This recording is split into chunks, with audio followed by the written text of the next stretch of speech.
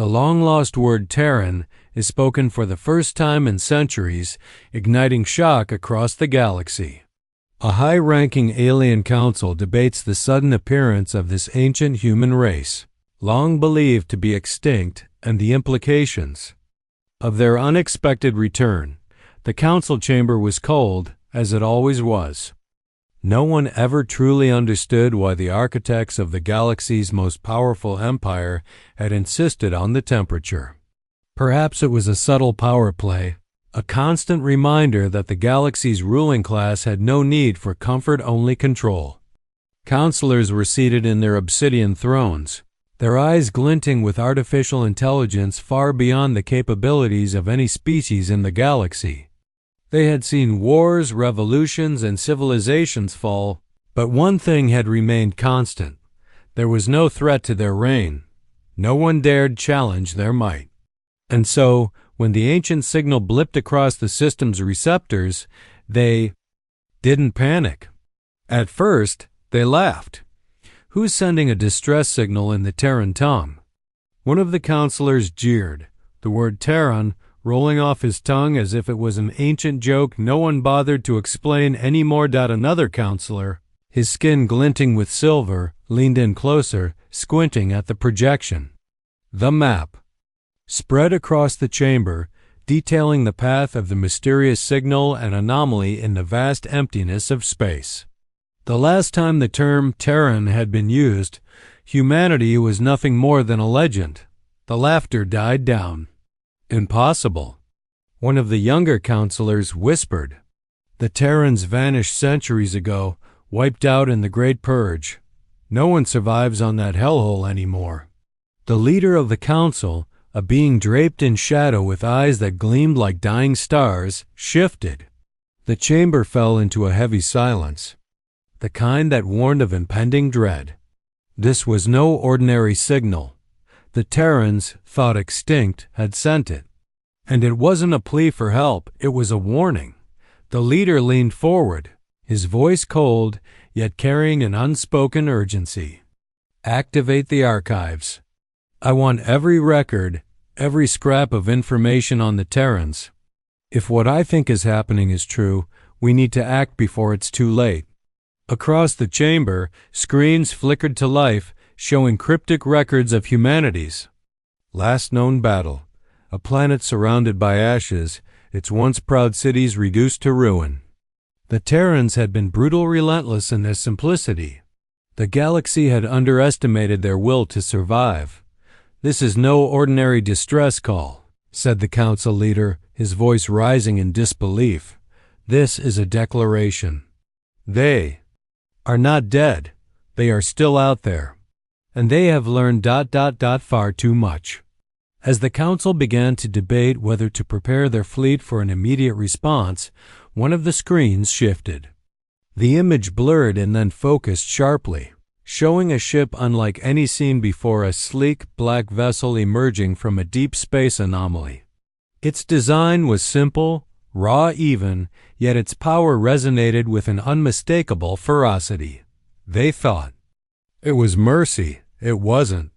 A quiet hum vibrated through the room, the subtle signal of an approaching force. The Terrans had finally returned, and they were not asking for help. They were making a statement. The council's eyes flickered with dread. Prepare for war, the leader muttered. This is not a confrontation. This is the end of everything. We know.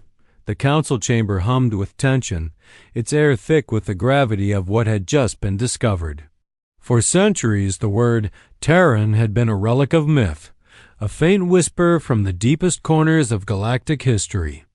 But now, it echoed through the halls of power, reawakening memories long buried beneath the weight of conquest and time. The leader of the council, a being cloaked in endless shadow, paced slowly before the massive projection screen. The figures, eyes gleamed with an almost unsettling intensity, the weight of centuries-old wisdom embedded in the depths of his gaze. They are coming, he said, his voice low, carrying the burden of knowledge and unease. The others, once so confident in their Superiority shifted uncomfortably in their thrones. The sound of their robes rustling was the only noise breaking the silence, each counselor lost in their own thoughts, each one grappling with the realization that something they had dismissed as impossible was now unfolding before them. "You've seen it, haven't you?" The leader's voice cut through the stillness, piercing the minds of the gathered counselors. "The Terran ship, the one emerging from the anomaly. It's not a mere scout. This is a message. A declaration." One of the counselors, a high-ranking officer known for his sharp mind, spoke up, his voice trembling with disbelief. "How could this be? We destroyed them all. The Great Purge, the utter obliteration. There's no trace left. No trace except that signal." The leader's eyes glinted dangerously as he turned to face the officer. "You were a fool to believe we had truly wiped them out. Their tenacity, their simplicity, that's what made them dangerous. They didn't fight like we did, with all our technology and superiority. They fought with something far more primal." "Will?" The officer swallowed hard, his throat tightening as the implications of those words sank in. He had underestimated them. They all had. The Terrans weren't just a race of warriors, they were survivors, born from a world ravaged by chaos. And they had mastered the art of defying extinction. "Activate the fleet," the leader commanded, his voice final. "Prepare for the worst. If the Terrans are back, we cannot afford to underestimate them again." The air crackled with energy as the Council's forces mobilized. Ships that had once been parked in hidden docks now roared to life, engines firing in unison. But even as the preparations for war began, there was a lingering sense of doubt. What if the Terrans weren't coming to fight? What if their return was something else entirely? The thought gnawed at the leader's mind, and for a fleeting moment, he allowed himself to entertain the idea of peace. The Terrans had been wiped out, hadn't they? But then he remembered the sheer brutality of their final days. He recalled the images from the archives, the primitive technology, the ragged fighters, the bloodied soil of Earth. They had fought with an unrelenting fury, unwilling to yield to the Empire's might. And now, after centuries of silence, they were returning. But why? What if they're looking for revenge? One of the counselors suggested, his voice tight with fear. What if they've rebuilt, and they're stronger than we could ever imagine? A cold laugh bubbled up from the leader's throat. They're not stronger than us. But their return signals something far more troubling. He paused, locking eyes with each counselor in turn. Their message is clear. The Terrans are not asking for mercy. They are demanding something we've forgotten how to give, respect. A ripple of unease passed through the council. No one had expected this. The galaxy's empire was built on control, on domination. There was no room for respect, for equality. The Terrans had been the exception, a species that had never fully understood their place beneath the stars. They had fought not just for survival, but for their identity, for their right to be more than just pawns in someone else's game. Leader stepped closer to the projection, tapping a control on his wrist. The image on the screen shifted, zooming in on the Terran ship, dark, sleek, and impossibly advanced. The ship's design was minimal, almost crude in its simplicity, but there was an undeniable power radiating from it. The kind of power that couldn't be forged in the depths of laboratories or through the refinement of technology. It was raw. It was primal. "This is no mere ship," the leader murmured, his voice carrying the weight of revelation. "This is a weapon. And if we don't respond, if we don't show them the full force of our might, we may find ourselves facing a war we cannot win." The council fell into a heavy silence, each member considering the enormity of what was being said. The leader was not one to speak in hyperbole, and for him to express such grave concern was enough to chill even the most stoic of hearts. "Send a message," the leader ordered, his tone brokering no argument. "We will not be the ones to break first. But we will. Show them the strength they've forgotten." As the order was carried out, the council members exchanged wary glances. The Terrans had always been underestimated, but that was a mistake they could no longer afford to make. They had been silent for too long. And now, the silence was being broken in a way that no one could have predicted.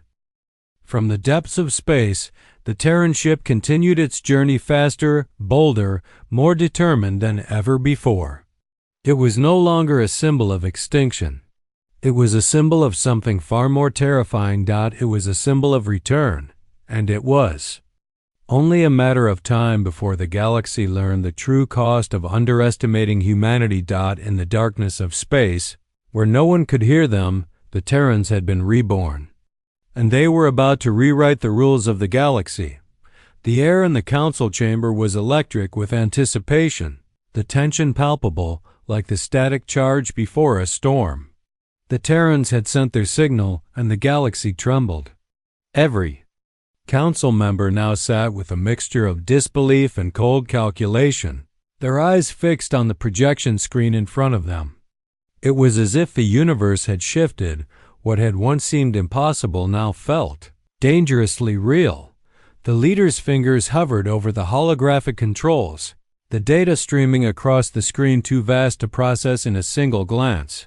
Ships, fleets, and war zones from across the galaxy blinked in and out of view as their response strategies were plotted, their movements calculated with precision.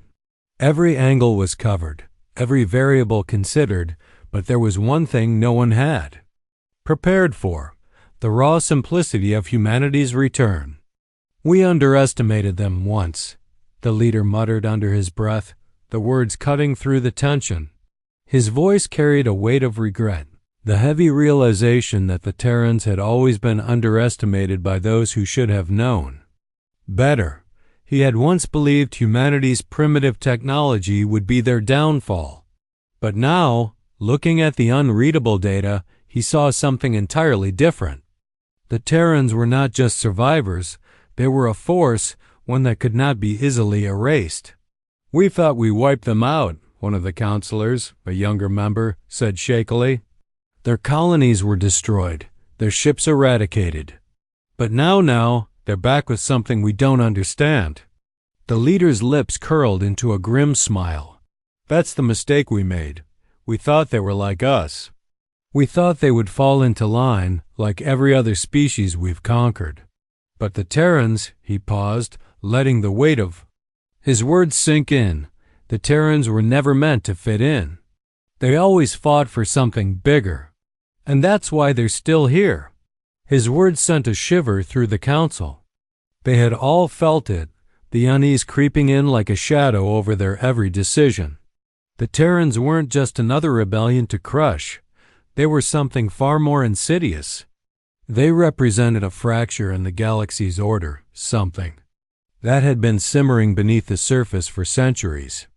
"Commander Turali's report," the leader commanded, his voice hard and authoritative. The council was no longer indulging in doubt. The time for action was now. A figure in the corner of the room, shrouded in darkness, leaned forward.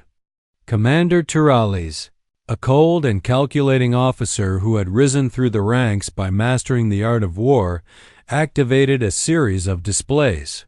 The projection flickered as he pulled up the latest intelligence on the Terran fleet. His fingers danced across the controls, pulling up a detailed map of the solar systems closest to the Terran signal's origin. There, in the center of the screen, was the unmistakable formation of a fleet 24 ships, all different shapes and sizes, each one built for a singular purpose. "They're not unified by technology," Turales said, his voice steady, but with a hint of awe. "Their fleet is primitive but effective. They don't have the sleek, efficient warships we've grown accustomed to. Instead, They've cobbled together vessels from what we can only describe as scavenged parts. The room fell into an uncomfortable silence. Primitive? Scavenged? These words had no place in the Council's lexicon. Yet, as the data unfolded, the truth became clear. The Terrans had survived without relying on the galaxy's advanced systems. They had thrived through ingenuity, resourcefulness, and above all, grit. What do you suggest, Commander? The leader's voice was sharp, every syllable punctuated by the weight of the decision that was about to be made. Terrales took a deep breath, his expression grim as he continued. We have underestimated them before. We thought their strength lay in numbers, in technology. But what I'm seeing here suggests something different. They've adapted, evolved. These ships, he paused, tapping a control that zoomed in on one of the vessels, they are built for endurance, for ambush. They're not trying to overpower us. They're trying to outlast us. The Council exchanged uneasy glances. Ambush?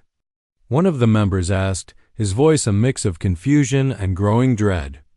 How can they outlast us with such inferior technology?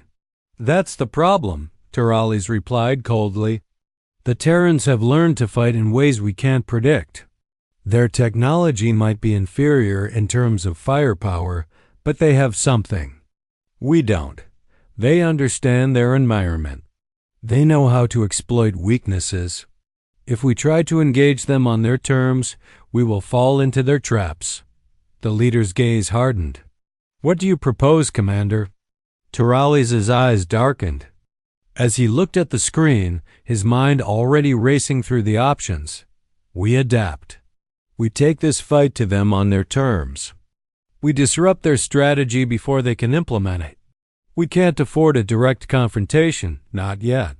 We need to break their will to fight, dismantle their fleet before they can escalate. The leader nodded slowly, processing the words. Do it. Terrales turned, signaling his subordinates to initiate the plan. But before he could leave, the leader's voice cut through the air again. And Terrales, he called, his tone stern. Do not forget one thing. The Terrans may be resourceful, but we have something they don't. Terrales looked back over his shoulder. The leader's words were a threat, an unspoken warning. They had the upper hand in power, in numbers, and in sheer military force.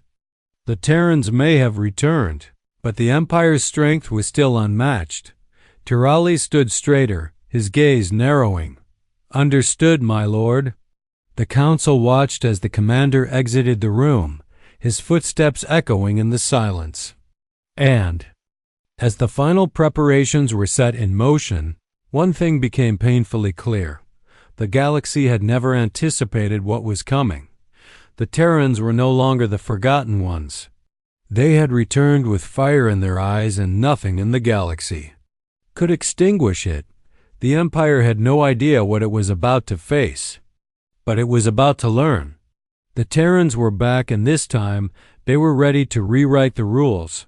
ChatGPT said, the fleet assembled in silence, the vast expanse of space stretching out before them, an empty canvas waiting for the first stroke of war. The Terrans had made their move, and now it was time for the Council to make theirs. In the depths of the flagship, the leader stood before the grand holographic map, his gaze unwavering as he watched the formations of ships maneuver. The battle was inevitable now, but the question lingered in his mind. How had the Terrans managed to endure? All forces in position, Terrales reported, his voice carrying the cold precision that had become his trademark. We're ready to strike. The leader gave a sharp nod, his expression unreadable. Proceed. The strategy was simple: overwhelm them with superior firepower. The Terrans may have been resourceful, but no amount of scavenged technology could match the might of the Council's fleet. Yet, as the orders were given and the ships moved into their attack positions, something nagged at the leader's mind. A subtle unease, a lingering sense that they were walking straight into a trap. We have the advantage, one of the counselors whispered, as if trying to reassure himself more than anyone else. Their ships are primitive. This will be over in moments. But the leader remained silent, his fingers tapping rhythmically on the cold metal of the command chair.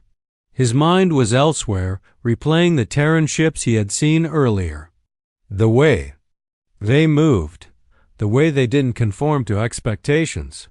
Everything about this battle felt wrong. As if on cue, a sharp ping rang out across the command deck, followed by the unmistakable shriek of an incoming missile. "They've fired!" One of the officers shouted, eyes wide with shock. "They've anticipated our approach." The leaders' eyes narrowed. The Terrans had set a trap, but not the kind they had expected. Instead of rushing into a direct confrontation, they had strategically positioned themselves in the debris field of a nearby dead moon, using the remnants of broken ships as cover. They weren't trying to overwhelm the fleet with brute force. They were attempting to disable it, to draw it into their territory where the environment would work against the Empire. "Deploy the decoys," the leader barked, though his voice lacked its usual confidence. "Reposition the fleet." But it was too late.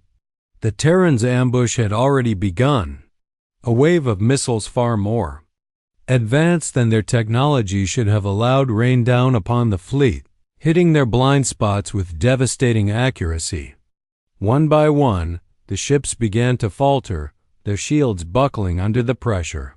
The Council's superior technology was now their greatest disadvantage. They had been drawn into a battle of wits, and they were losing. "Prepare for evasive maneuvers," Terrales ordered, his voice steady despite the growing chaos around him. "Get us out of here before they encircle us." But the Terrans were relentless. They followed the Council's every move, staying one step ahead. The debris field had become a death trap, and there was no escape.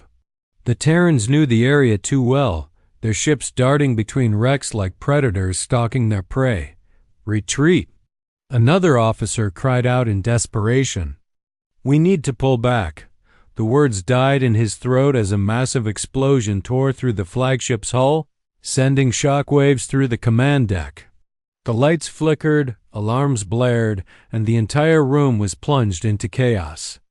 "We've been hit," Terrales shouted, all systems failing. The leader clenched his fists. This wasn't just a tactical loss, it was something worse. A humiliation.